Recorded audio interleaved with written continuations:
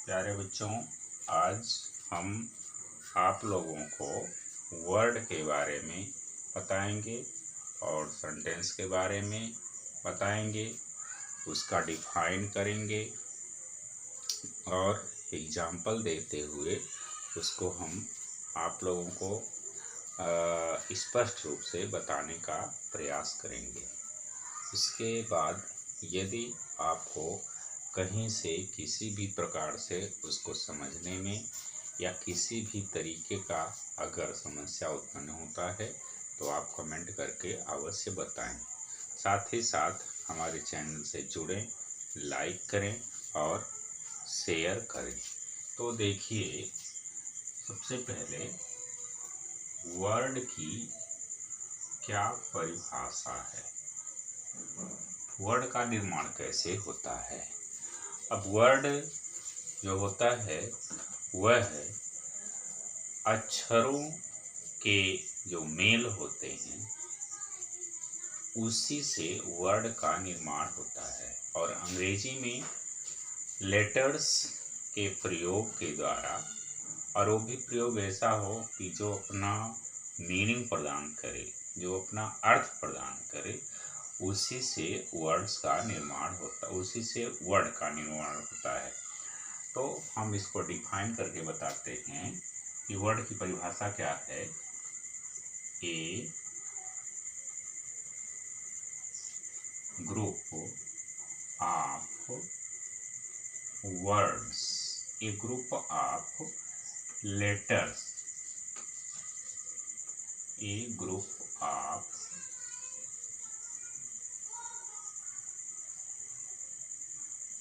Letters.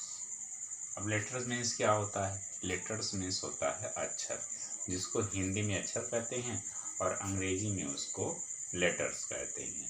तो a group of letters which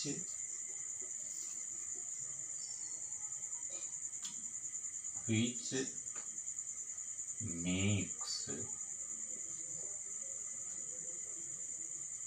a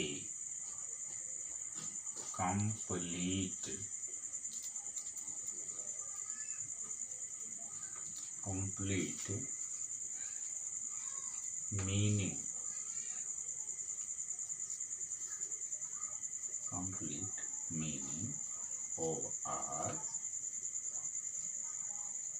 sense is called a word.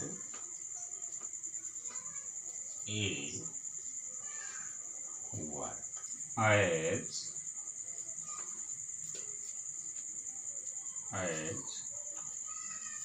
Ram RAM। तो इसको हम देखेंगे, जब हमको इसको लिखना है तो R + A और +M। अब इस तरीके से यह हो गया राम। तो जब हम लेटर्स को बहुत ही सटीक रूप से प्रयोग करें, जिसका कोई मीनिंग निकले, जिसका कोई अर्थ निकले, तब जाकर के वर्ड का निर्माण होता है। और डिफाइन में हमने लिखा है a group of letters. A means होता है एक, ग्रुप मीन्स होता है समूह, ऑफ मीन्स के, लेटर्स मीन्स होता है अक्षर। बहुत से अक्षर तो अनेकों, बहुत से या फिर अक्षरों के एक समूह को, अक्षरों के एक समूह को जो कि अपना एक पूरा अर्थ प्रदान करता है, जो कि अपना पूरा एक भाव प्रदान करता है, उसी को वर्ड कहते हैं, उसी को शब्द कहते हैं। अब हो गया शब्द। शब्द के बाद अगला जो स्टेप आता है वो आता है सेंटेंस। कि सेंटेंस का निर्माण कैसे होता है। सेंटेंस मीन्स हिंदी में वाक्य होता है। जैसे हम लोग किसी से वार्तालाप करते हैं, किसी से बातचीत करते हैं, किसी से कुछ कहते हैं, या फिर हम अपने मनोभावों को जब व्यक्त करते हैं तो निश्चित रूप से हम कहीं न कहीं किसी न किसी प्रकार के वाक्य का प्रयोग करते हैं। अब वाक्य जैसे वर्ड का परिभाषा होता है, ठीक उसी तरह से सेंटेंस, ठीक उसी तरह से वाक्य का भी परिभाषा होता है। अब वाक्य क्या क्या परिभाषा है, इसको आप डिफाइन के द्वारा समझेंगे। तो इसका डिफाइन है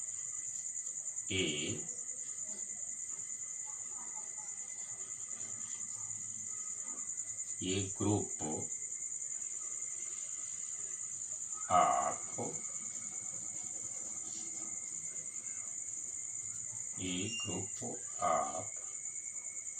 वर्ड्स, यहाँ पे हमने लिखा है लेटर्स और यहाँ पे है वर्ड्स। तो a group of words which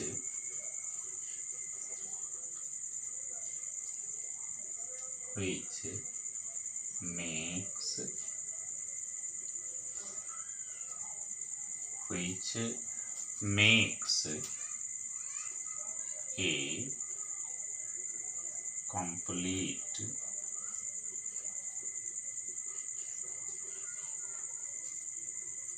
a complete meaning or sense is called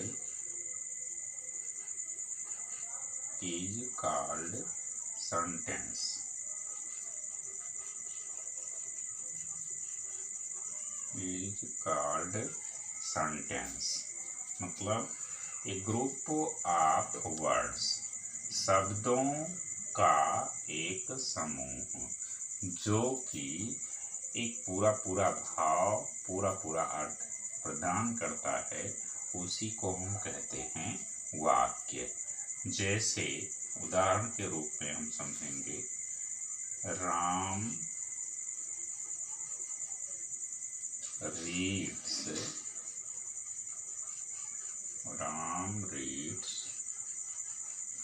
his book। Ram अपनी पुस्तक पढ़ता है। तो ये हो गया सेंटेंस का परिभाषा।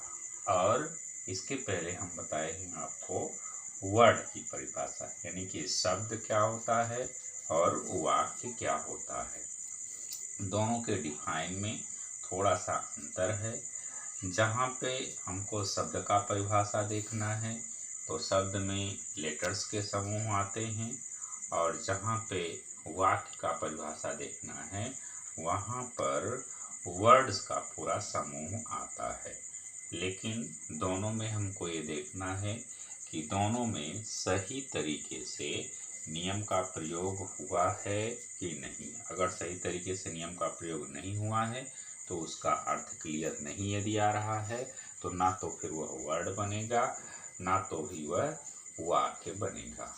अब हम आप लोगों को ये बताएंगे कि वाक्य कितने प्रकार का होता है। तो देखेंगे अब कि वाक्य कितने प्रकार का होता है। इसके पहले हम बताए हैं वाक्य की क्या परिभाषा होती है। अब देखेंगे आप कि वाक्य कितने प्रकार का होता है।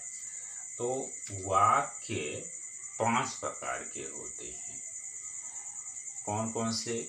नंबर 1 है असर्टिव सेंटेंस, नंबर 2 है इंट्रोगेटिव सेंटेंस, नंबर 3 है इम्पेरेटिव सेंटेंस, नंबर 4 एक्सक्लेमेटरी, और नंबर 5 है ऑप्टेटिव सेंटेंस। तो इस प्रकार से वाक्य हो गए 5 प्रकार के। अब 5 प्रकार में सबसे पहला जो है वह है assertive sentence. Assertive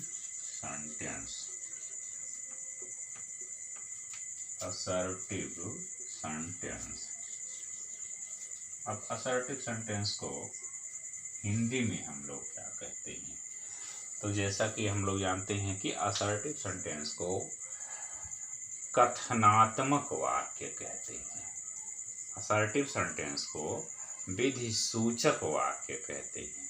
assertive sentence को ही साधारण वाक्य कहते हैं। तो अलग अलग बुक में अलग अलग तरीके से इसको लिखे हैं, इसलिए हम तो असर्टिव सेंटेंस जो है उसको कथनात्मक वाक्य कहते हैं। असर्टिव सेंटेंस को ही हम साधारण वाक्य कहते हैं। असर्टिव सेंटेंस को ही हम विधि सूचक वाक्य कहते हैं। तो ये जो है ये 3 प्रकार का होता है और अंग्रेजी में इसी को असर्टिव सेंटेंस कहते हैं। अंग्रेजी में इसी को डिक्लेरेटिव सेंटेंस कहते हैं। तो अलग अलग बुकों में अलग अलग तरीके से लिखेंगे, लेकिन जो हमें समझना है वो ये है कि साधारण वाक्य से हम उसको मान सकते हैं, इसको कथनात्मक वाक्य से मान सकते हैं, या हम विधि सूचक वाक्य से मान सकते हैं। तो असर्टिव सेंटेंस ये हो गया। अच्छा, असर्टिव सेंटेंस का पहचान क्या है। असर्टिव सेंटेंस अगर कोई भी वाक्य है तो वहाँ पे निश्चित रूप से आपको फुल स्टॉप का प्रयोग मिलेगा। फुल स्टॉप हिंदी में उसी को पूर्ण विराम कहते हैं और इंग्लिश में उसको फुल स्टॉप कहते हैं। फुल स्टॉप का मतलब है कि जहाँ पर हम पूरी तरह से रुक जाते हैं। तो इस असर्टिव सेंटेंस के 2 भेद होते हैं। जो नंबर 1 है अफर्मेटिव सेंटेंस। अफर्मेटिव सेंटेंस और दूसरा इसी में है निगेटिव सेंटेंस। अफर्मेटिव और उसके बाद निगेटिव सेंटेंस। तो ये अफर्मेटिव और निगेटिव क्या होते हैं। अफर्मेटिव वाक्य में हम किसी भी बात को स्वीकार करते हैं और निगेटिव वाक्य में हम किसी भी बात को, किसी भी कथन को क्या करते हैं, उसको अस्वीकार कर देते हैं। अफर्मेटिव में भी फुल स्टॉप का प्रयोग होता है, निगेटिव में भी फुल स्टॉप का प्रयोग होता है, क्योंकि यह असर्टिव वाक्य का एक भेद है। अफर्मेटिव और निगेटिव में अंतर क्या है। निगेटिव अगर वाक्य रहेगा तो उसमें नॉट का प्रयोग होगा और अफर्मेटिव रहेगा तो उसमें नॉट का प्रयोग नहीं होगा। लेकिन ये हमारे लिए उपयोगी होता है ट्रांसलेशन में। ट्रांसलेशन जब हम करते हैं तो अफर्मेटिव और निगेटिव, इंट्रोगेटिव, इंट्रोगेटिव, निगेटिव, इस तरह से सेंटेंस आते हैं ट्रांसलेशन करने के लिए। तो ये हो गया। अब अफर्मेटिव को क्या कहते हैं हिंदी में। अफर्मेटिव को स्वीकारात्मक वाक्य कहते हैं। दूसरा इसी को हम क्या कहते हैं, सकारात्मक वाक्य भी कहते हैं। चाहे हम उसको स्वीकारात्मक कहें और चाहे हम उसी को सकारात्मक कहें, हम उसमें प्रायः स्वीकार करते हैं। तो यह हो गया। और निगेटिव को नकारात्मक कहते हैं। नकारात्मक वाक्य। तो अच्छा, दूसरा हम क्या करते हैं, अफर्मेटिव को ही हम पॉजिटिव सेंटेंस कह देते हैं। पॉजिटिव माने भी सकारात्मक होता है और निगेटिव है नकारात्मक कहते हैं और इसी को निषेधात्मक वाक्य भी कहते हैं। तो इस प्रकार से अच्छा, असर्टिव सेंटेंस का मतलब क्या है। असर्टिव सेंटेंस में किसी वाक्य में, असर्टिव सेंटेंस में कोई घटना का होना, कोई घटना के बारे में वर्णन करना, किसी घटना के बारे में स्पष्ट रूप से जानकारी प्रदान करना ही असर्टिव सेंटेंस कहलाता है। और यह 2 प्रकार का होता है। इसका पहचान आप देख लेंगे कि इसमें लास्ट में फुल स्टॉप का प्रयोग होता है। अब इसके बाद जो है यह है इंट्रोगेटिव। इसका उदाहरण देकर के हम और नेक्स्ट वीडियो में बताएंगे। इसके बाद है इंट्रोगेटिव सेंटेंस। तो देखेंगे, पहला हम लिखे असर्टिव, दूसरा है interrogative sentence. INTERROGATIVE interrogative sentence. तो इंट्रोगेटिव सेंटेंस ENCE। तो इंट्रोगेटिव सेंटेंस का मतलब क्या होता है? इंट्रोगेटिव सेंटेंस मीन्स होता है प्रश्नवाचक वाक्य, प्रश्न सूचक वाक्य। इसको हम कैसे पहचानेंगे? प्रश्न सूचक वाक्य के अंत में साइन ऑफ क्वेश्चन मार्क का प्रयोग होता है और असर्टिव सेंटेंस के वाक्य के अंत में फुल स्टॉप का प्रयोग होता है। तो प्रश्नवाचक वाक्य भी दो भागों में होता है, यानी कि इसके भी दो भेद होते हैं। जैसे असर्टिव के दो भेद हैं, वैसे ही इंट्रोगेटिव के दो भेद हैं। पहला जो वाक्य है वह है इसका यह कि एक होता है इंट्रोगेटिव का एक भाग है, एक भेद है, वह वाक्य क्या कहते हैं, यस आर नो टाइप का होता है। फर्स्ट यस और नो टाइप। अब यस आर नो टाइप का मतलब क्या होता है? यस आर नो टाइप का जो वाक्य होता है उसका जवाब हम हाँ या ना में दे सकते हैं। हाँ या ना में मतलब है, अच्छा दूसरा उसको पहचानने के लिए एक सामान्य उपाय है, बहुत ही आसान उपाय है कि जो यस आर नो टाइप का वाक्य होगा उसका स्टार्टिंग जो होता है वह किसी हेल्पिंग वर्ब से होता है और वो टेंस के ऊपर डिपेंड करता है। जैसे मान लीजिए प्रेजेंट का इंडेफिनिट है तो प्रेजेंट के इंडेफिनिट में जो हेल्पिंग वर्ब होता है डू और डज होता है सब्जेक्ट के अनुसार। फिर अगर वह वाक्य प्रेजेंट का कंटिन्यूअस है तो प्रेजेंट का कंटिन्यूअस है तो इज एम आर से, परफेक्ट है तो हैज हैव से, और उसके बाद अगर परफेक्ट कंटिन्यूअस है तो हैज हैव प्लस बीन से। तो ये हो गया एस आर नो टाइप का। दूसरे रूप से हम इसको कह सकते हैं कि starting with any helping verb according to tense. तो ये आपका हो गया यस आर नो टाइप का। उदाहरण के रूप में हम आगे लिख देते हैं do you know, do you know him. तो ये हो गया यस आर नो टाइप का। और दूसरा वाक्य होता है using with WS type of word. अब WS टाइप ऑफ वर्ड क्या होता है? कोई ऐसा क्वेश्चन वर्ड जिसमें किसी न किसी प्रकार से WH आया हुआ हो। अच्छा WH मतलब जैसे है वह व्हाट है, वेयर है, व्हेन है, वाई है, हाउ है, ये सब किसी WH टाइप के वर्ड होते हैं जो हिंदी में जब हम उसको लिखते हैं तो वह बीच में आता है और इंग्लिश में जब लिखते हैं तो सबसे पहले वह आता है। तो ये हो गया यूजिंग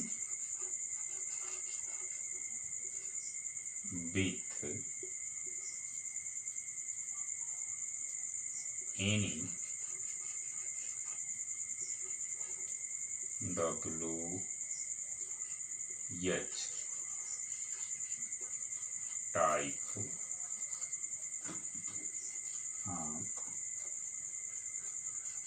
वर्ड्स। तो ऐसे वाक्यों में WH टाइप का प्रयोग होगा, WH टाइप के वर्डों का प्रयोग होगा। उदाहरण के रूप में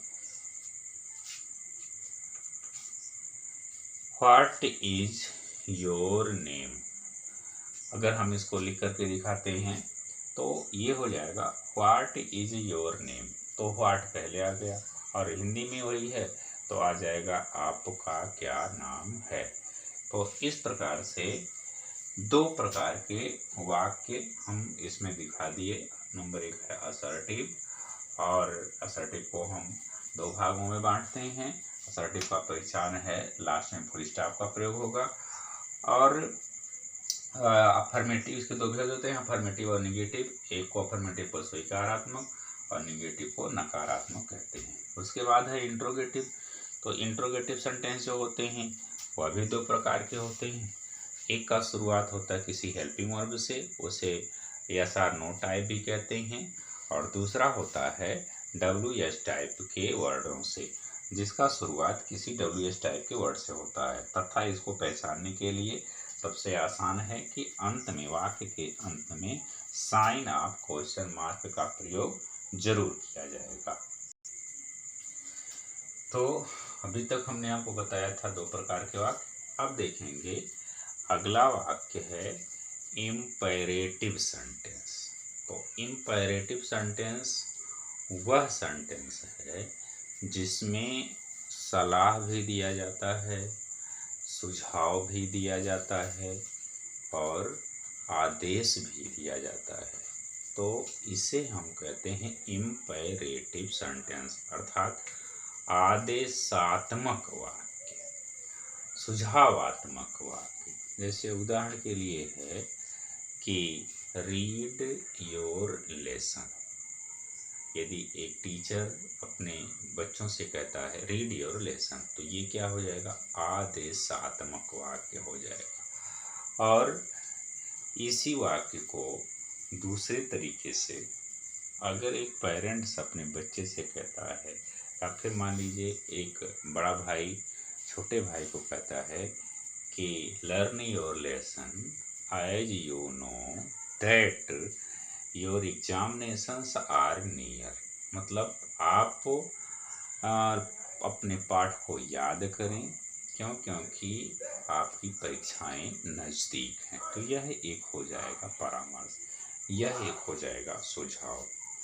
दूसरा है, इसी में मना भी किया जा सकता है। जैसे आ गया do not waste your time, मतलब कि आप अपने समय को बर्बाद ना करें। और इस वाक्य का पहचान क्या है कि इस वाक्य के अंत में भी फुल स्टॉप का प्रयोग किया जाता है, जो यहाँ पे हम लिखे हैं। तो इसे क्या कहते हैं, आदेशात्मक वाक्य इसको कहते हैं। लेकिन इसमें आपको आज्ञा, प्रार्थना, सलाह, प्रस्ताव और फिर परामर्स भी दिया जाता है। पहचानने के लिए इसमें भी फुल स्टॉप का ही प्रयोग होता है। अब इसके बाद है एक्सक्लेमेटरी सेंटेंस। एक्सक्लेमेटरी सेंटेंस माने होता है विस्मय सूचक वाक्य। विस्मय सूचक वाक्य का क्या मतलब होता है? विस्मय सूचक वाक्य वह वाक्य होता है जिसमें आपके हृदय में किसी भी प्रकार का खुशी उत्पन्न हो, किसी भी प्रकार का आश्चर्य उत्पन्न हो, किसी भी प्रकार का शोक उत्पन्न हो, भय उत्पन्न हो, करुणा उत्पन्न हो, घृणा उत्पन्न हो। तो आदि यदि आपके अंदर भावना उत्पन्न होती है तो उसी को विस्मय सूचक वाक्य कहते हैं। लेकिन जो विस्मय सूचक वाक्य होगा उस वाक्य में साइन ऑफ इंटरजेक्शन का प्रयोग जरूर होता है। तो ये विस्मय सूचक वाक्य होता है। जैसे विस्मय सूचक वाक्य है हाय मैं बर्बाद हो गया, हिंदी में है। तो जैसे ही हम हाय लिखेंगे तो हाय के तुरंत बाद साइन ऑफ इंटरजेक्शन का प्रयोग करेंगे। और जब उसी को हम इंग्लिश में लिखेंगे तो लिखेंगे एलास आई एम रूइंड, मतलब कि हाय मैं बर्बाद हो गया। फिर है, अगर हमको खुशी की अभिव्यक्ति करना है तो वह कितनी सुंदर लड़की है, तो what a beautiful girl she is. Last में हम साइन ऑफ इंटरजेक्शन का प्रयोग कर देंगे। इस प्रकार से हो गया exclamatory sentence. And at last optative sentence. Optative sentence means होता है कामना सूचक वाक्य, इच्छा बोधक वाक्य। वे कामना सूचक वाक्य, इच्छा बोधक वाक्य वह वाक्य है जिसमें हम किसी को आशीर्वाद देते हैं, किसी को अभिशाप देते हैं, या किसी के ब्राइट फ्यूचर के लिए, मतलब किसी के उज्जवल भविष्य की कामना करते हैं। जैसे आप दीर्घायु हों। तो हिंदी इसको जब हम इंग्लिश में लिखेंगे तो हो जाएगा मे यू लीव लॉन्ग, आप दीर्घायु हों। या फिर अगर हम कहें कि आपका भविष्य उज्जवल हो तो मे योर फ्यूचर बी ब्राइट। अच्छा, उसके बाद है अगर हम कहते हैं ईश्वर करें आप दीर्घायु हों तो मे यू लिव लॉन्ग, मतलब उसमें भगवान से कामना किया जाता है। तो इस प्रकार से हम क्या करते हैं कि ये हो जाता है आपका ऑप्टेटिव सेंटेंस। तो प्यारे बच्चों, इस प्रकार हमने आज आप लोगों के सामने शब्द का परिभाषा बता दिया, वाक्य की परिभाषा बताया, वाक्य के प्रकार बताया, वाक्य के पहचान बताए। और ये जो वाक्य है हाई स्कूल बेस पर वाक्य 4 प्रकार के होते हैं और इंटर बेस पर वाक्य 5 प्रकार के होते हैं। और ये डायरेक्ट इनडायरेक्ट जब हम करते हैं तो उसके लिए बहुत ही इम्पॉर्टेंट होता है। तो आप इसको पढ़िएगा, आप इसको बढ़िया से देखिएगा। इसके बाद अगर कहीं पे किसी भी प्रकार का कोई कमेंट है, किसी भी प्रकार का आपको समझ में नहीं आया है तो उसको हमको कमेंट करके ज़रूर बताइएगा। अगले वीडियो में